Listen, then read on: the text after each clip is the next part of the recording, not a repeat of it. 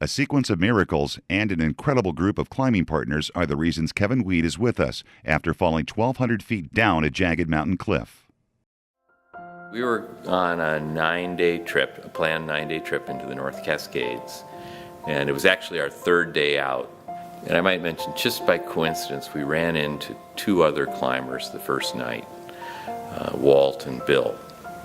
And turned out to be a real nice meeting and a coincidence that was really important later. It was probably about 1,000 feet, maybe a little bit less, up to the ridge top. And so we hiked on up, and it was almost all in snow. And Kevin was the last person coming up because he had had some blisters and such, and it was causing a little pain, and so he was going a little bit slower because of that. And just, I don't know, 10, 15 feet from the top, Kevin slid and fell on the snow and slid 1,200 feet vertically down the gully. Snow gave way and I slipped. And I tried to self-arrest with my ice axe, was unable to stop myself. I had a heavy pack on. The snow was hard underneath and it was steep.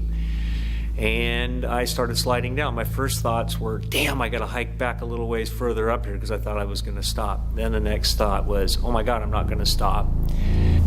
So at that point, well, of course, we were all initially in shock.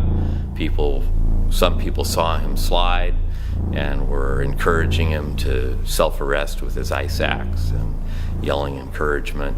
But pretty soon it became obvious that he wasn't stopping. I realized I had a lot of speed and I wasn't going to stop. I thought for sure that I wasn't going to live. I thought I was going to pass away right there, and that was it. So I removed my ice axe because I didn't think it would help me anymore, and positioned my body to lessen the pain as I went into the rocks. And it became obvious right away that it was an emergency rescue situation. So when I got down to Kevin, I found him lying on the ground with obvious massive lacerations in his head, injuries to his arm, and kind of cuts, scrapes, and bruises everywhere. And so I did immediate first aid, making sure that he wasn't bleeding severely, and obviously he was breathing. And at that point I called up to Tim to call up to Bill, who had the emergency locator beacon, the spot device, to let them know that we did indeed need to activate that. I don't remember much after that and even the point where everybody came down and helped me out. There are parts of it I remember and parts of it I don't. I think there was a lot of shock that was going on, and then I had severe head injuries, so maybe there were points I was conscious, but points I probably wasn't conscious. I know that period of time seemed like at times it went forever, and sometimes it didn't seem like it was going all that long. So we got his sleeping bag out and put that over him and covered him up as well as we could, and then did kind of immediate first aid in addition to what we'd already done. I guess the next thing that happened is, well, I wonder if the signal got out, because we didn't know. And so we started planning for what would happen next.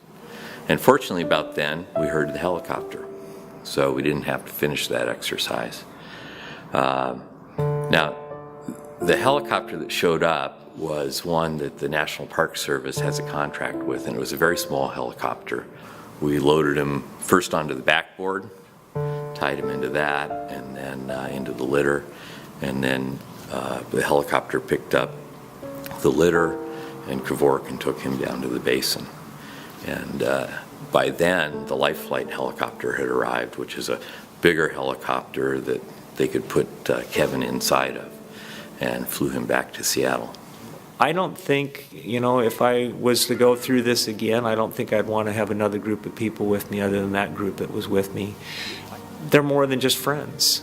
They're the kind of the guys that are responsible and take care of their friends when they need to take care of their friends. And it doesn't even have to be friends. They'll take care of others when it comes time to take care of others. The outlook on life changes a lot when you go through such an experience like this. And the things that you thought were important before, they're really not important anymore. The little things don't matter. It's really the bigger things in life. And when you're a survivor, your whole attitudes on life change. And I don't know, unless you've been there, I don't know how I could explain it to anyone. And overall, it's still an emotional time for me to think about it. But I'm recovering, and I have a life experience that I'll never forget. It changed me, that's for sure.